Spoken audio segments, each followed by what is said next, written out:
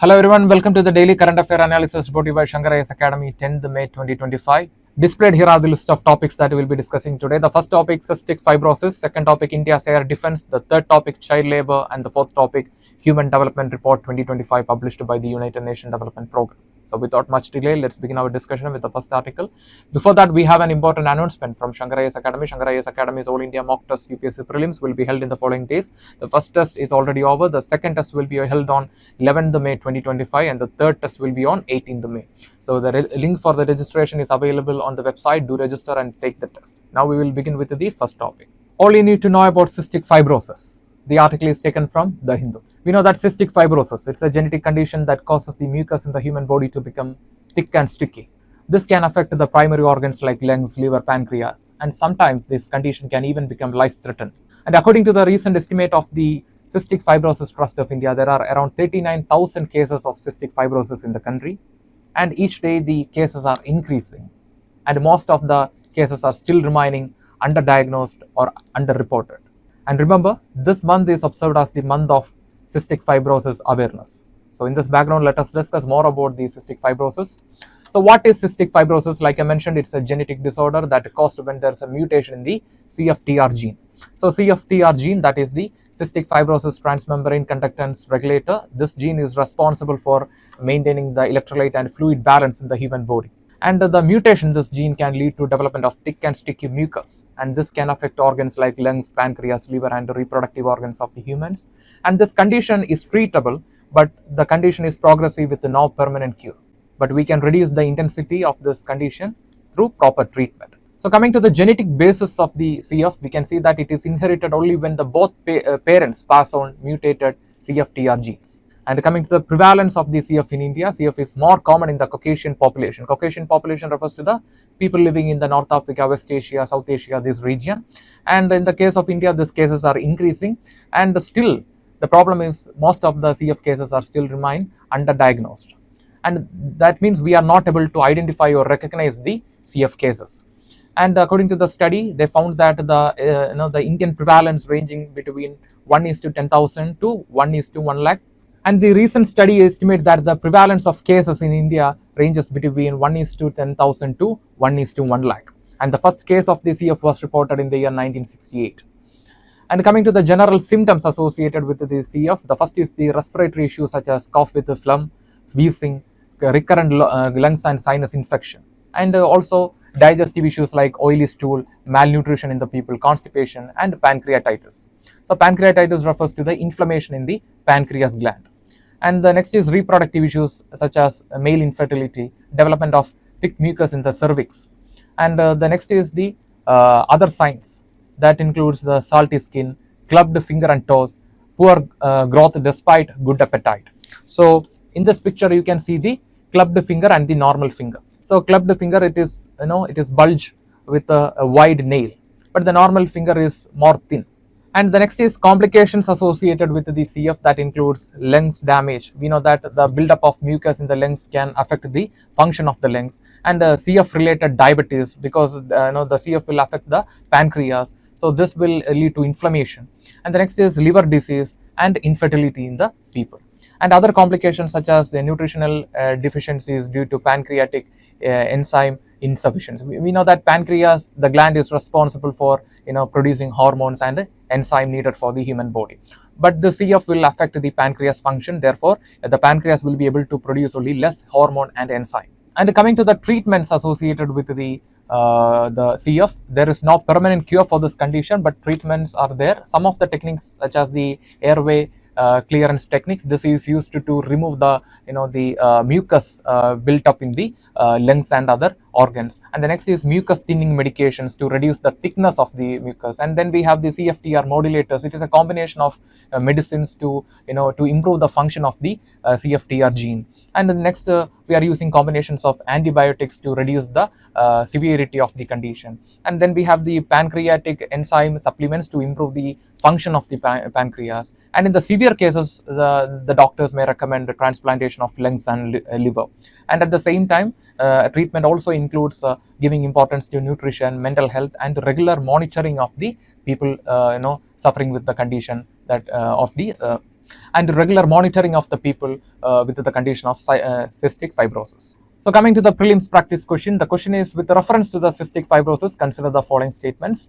Statement 1, it is caused by a bacterial infection affecting the lungs and pancreas. Statement 2, the disease is inherited only when both parents carry a mutated CFTR gene. Statement 3, the cystic fibrosis is more common in Caucasian, but it is increasingly being reported in India. And statement 4, CFTR modulators are used to correct the underlying genetic defect in the CF. Which of the statements given above are correct? Option A 1, 2 and 3, option B 2, 3 and 4, option C 1 and 4 only, and option D 2 and 4 only. See, the correct answer is option B. It is not caused by a bacterial infection. It is a genetic condition. It is a genetic condition. Therefore, the statement 1 is incorrect. Statement 2 is correct. It is inherited only when both the parents carry a mutated CFTR gene. And cystic fibrosis is more common in the Caucasian population. We discussed that. And the CF modulators are used to correct the function or improve the function of the CF. Therefore, the statement 4 is also correct. The correct answer is option B, 2, 3 and 4 only. We'll check. Yes, the correct answer is option B. So in this topic, we discussed what is CF, that is cystic fibrosis, what is the main cause behind that, and what are the associated symptoms. And then we also discussed some of the important treatment techniques used for the CF, that is cystic fibrosis. So with this, we will move to the next article.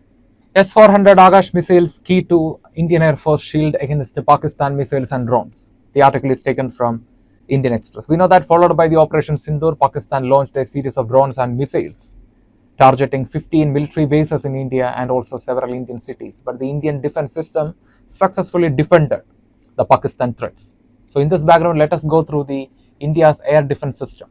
First, we have the S-400 Triumph. It is a long-range surface-to-air missile system capable of tracking multiple aerial threats, and it is procured from Russia. And currently, we deployed this air defense system in the northern borders facing Pakistan. And so far, we have received 3 squadrons, and by the year, we are expecting more. And before that, let me ask you a question. What is meant by air defense system? Air defense system can be simply defined as a system of technology and weapons that used to identify and destroy the incoming aerial threats. So coming to the next, we have the Barak 8 medium range surface-to-air missile system. It is jointly developed by India and Israel, and it is a medium range system. Like I mentioned, it is effective against aircraft, helicopters, unmanned aerial vehicles and missiles. And then we have the Akash. It is, from the name itself, we know that it is indigenously developed surface-to-air missile system, effective for short to medium range threat. And then we have the S-125 Pekora. It is a Soviet-era missile system that we are still using. And then as a part of defensive measures, we have this integrated counter unmanned aircraft system grade. So it uses jamming and spoofing technologies against the unmanned aerial vehicles. That means it will disrupt the signals to the unmanned aerial vehicles, and it will confuse the unmanned aerial vehicles. And this technology is a part of India's expanding anti-drone strategy. And in response to the Pakistan's drone attack, India used the Israeli loitering munitions like Harpos and Harpies. So what are the features of this loitering munitions? Loitering munitions are nothing but suicidal weapons, that these weapons will destroy itself during the time of mission.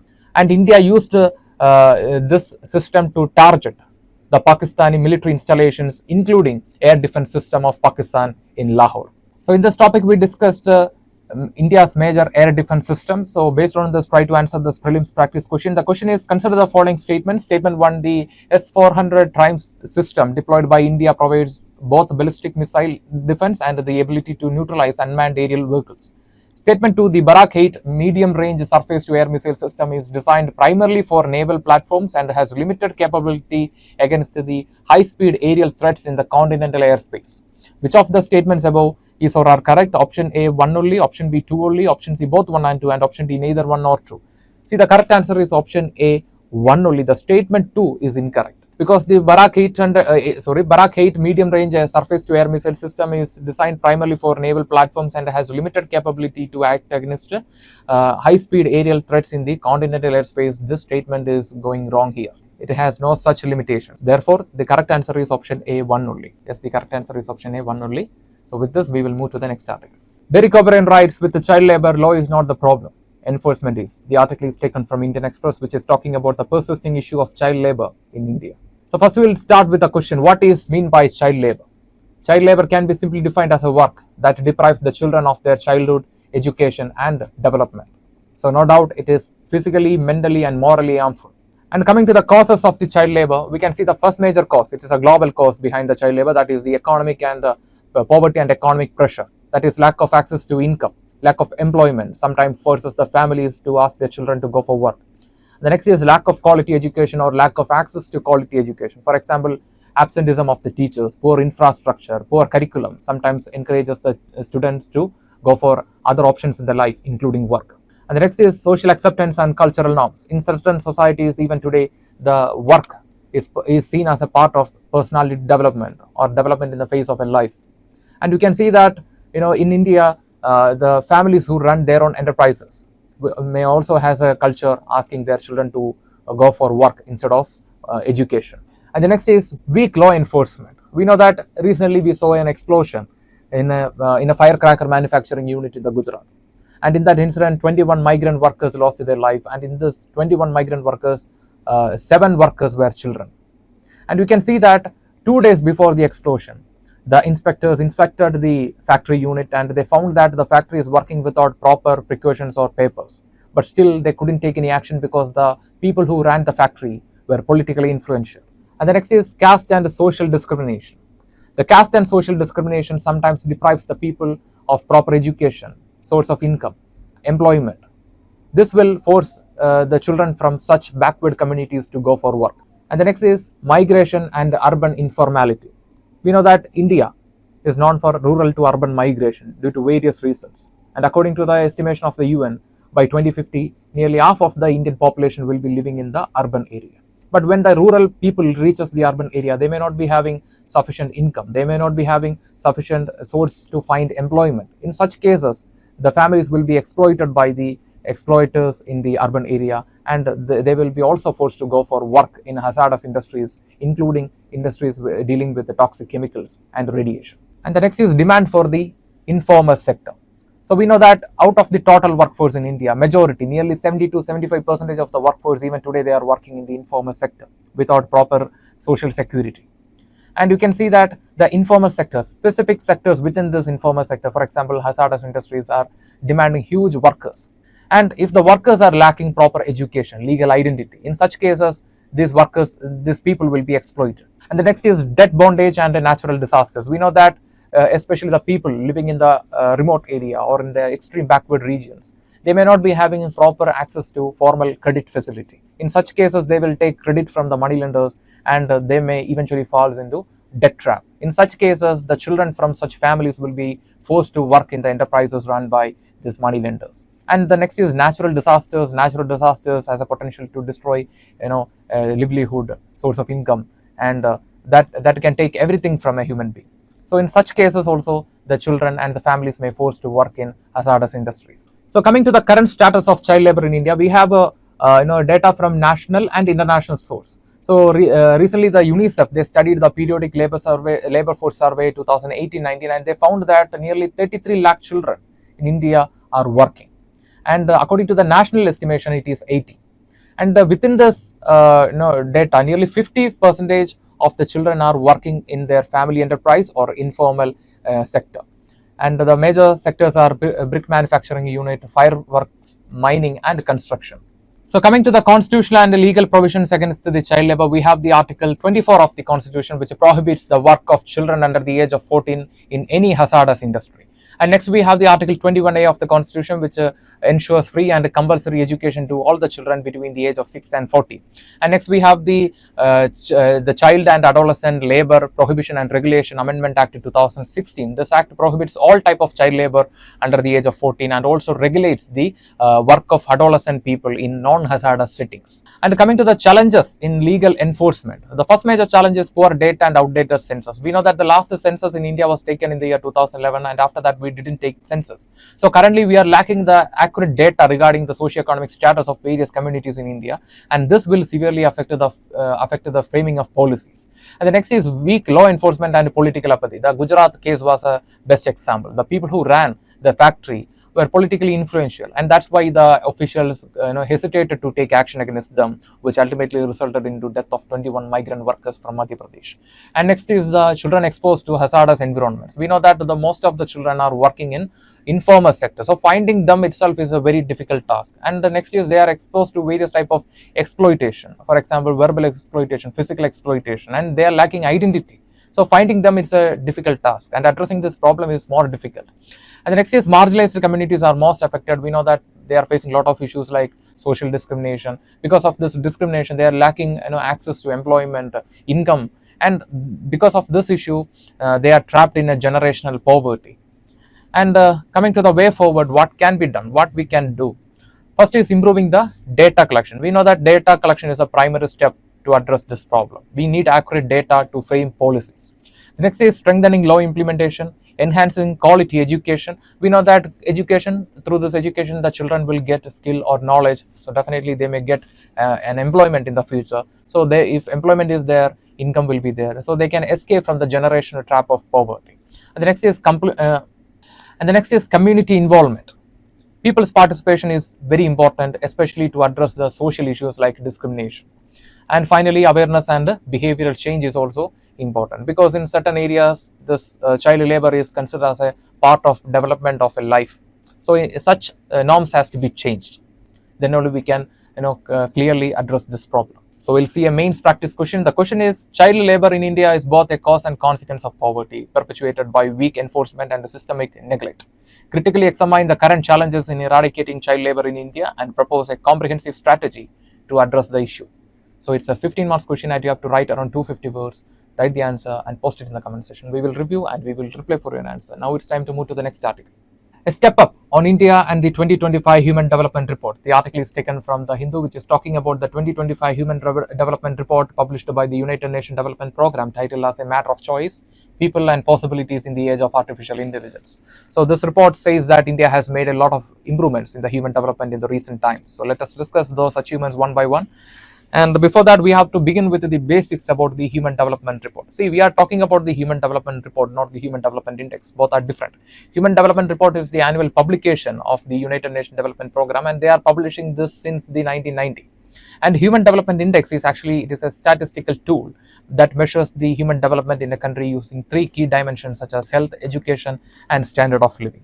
In the case of Human Development Report, it also considers data from other sources such as Gender Inequality Index, Multidimensional Poverty Index, and also Inequality Adjusted Human Development Index. So this is a key difference between the Human Development Report and Human Development Index. So coming to the progress achieved by the India, first is the improvement in the Human Development Index score itself. So last time, that is in 2022, the score of India in the Human Development Index was 0.676, and now it is 0.685. And our rank in the Human Development Index also got improved. We improved from 133 to 130 out of 193 nations. And this this improvements shows a strongest comeback of a nation in the post-pandemic time, especially in the fields of education, health, and standard of living. And the next is improvements in the field of health. The average life expectancy of India itself reached 72 years in 2023, and this is the highest since 1990. And we can also see improvements in other areas such as healthcare access, maternal health, and child health, and also in the disease control. We know that recently we saw that India successfully brought down the maternal mortality rate to 100, right? And this shows, and this is the rapid or drastic improvement in the last 30 years.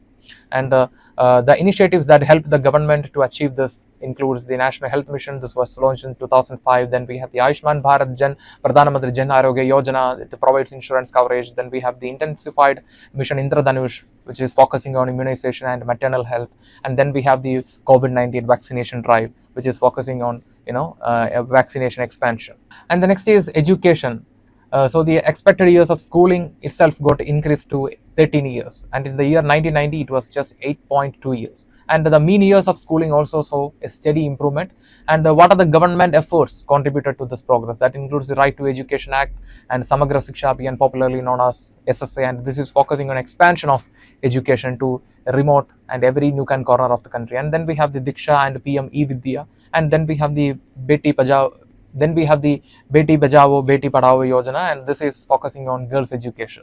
And coming to the income or standard of living, the national income per capita itself rose from 2,167.22 in 1990 to 9,000 46.76 in 2023, and it reflects the growing economic diversification and digital inclusion in the nation. And the socio welfare schemes of the government also contributed to the improvement of standard of living. For example, the Pradhan Mantri Kisan Yojana, Ujjwala Yojana, which is focusing on providing LPG gases, subsidized LPG gases. And next is Jan Aadhar mobile link. So it is it was helpful in providing direct benefit transfer. And Jan Dhan Yojana, it is focusing on financial inclusion. That is, the initiative is aiming to bring bank account to at least one member in every household in India. So coming to the reduction in the multi-dimensional poverty, nearly 13.5 crore people escaped multi-dimensional poverty between 2015-16 and 2019-21, according to the 2025 Human Development Report. And we can see a key progress in the areas like nutrition, sanitation, drinking water access, housing and electricity. And what are the key initiatives supported this achievement? That includes the Swachh Bharat Abhiyan. We know that Swachh Bharat Abhiyan, we have Swachh Bharat Abhiyan rural and urban, which is focusing on sanitation, Pradhan Mantri Awas Yojana focusing on housing, and then we have the Saubhagya scheme, which is focusing on providing electricity to every household in India. And we have also taken other initiatives such as Mufti Ghar Bijli Yojana, which is focusing on providing electricity to every household using renewable sources such as solar.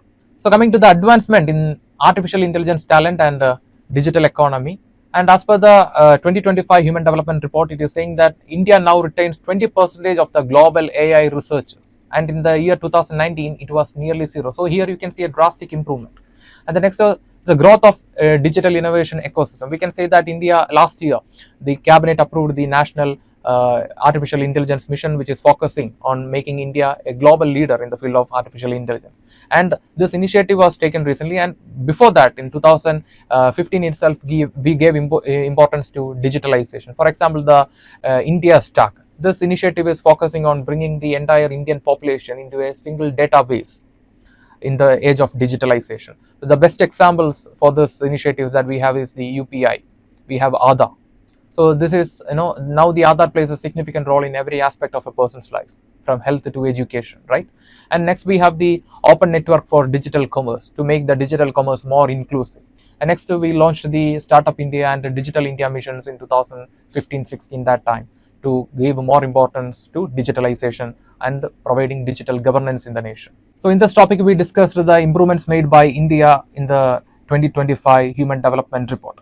So based on this, try to answer this mains practice question. The question is, despite recent improvements in its Human Development Index ranking, India continues to face challenges in addressing inequality. Critically examine the factors contributing to this paradox, suggest the measures to ensure inclusive and equitable human development in the era of artificial intelligence. So it's a 15 marks question and you have to write around 250 words, write the answer and post it in the comment section. We will review and we will reply for your answer. With this, we are coming to the conclusion for today's current affair analysis. If you like the video, hit the like button, give your feedbacks as comments and share this content with your friends. And before leaving this channel, don't forget to subscribe and also hit the bell icon to receive on-time update from Shankar IAS Academy. Thank you for listening to us. Thank you for listening to me. Have a nice day.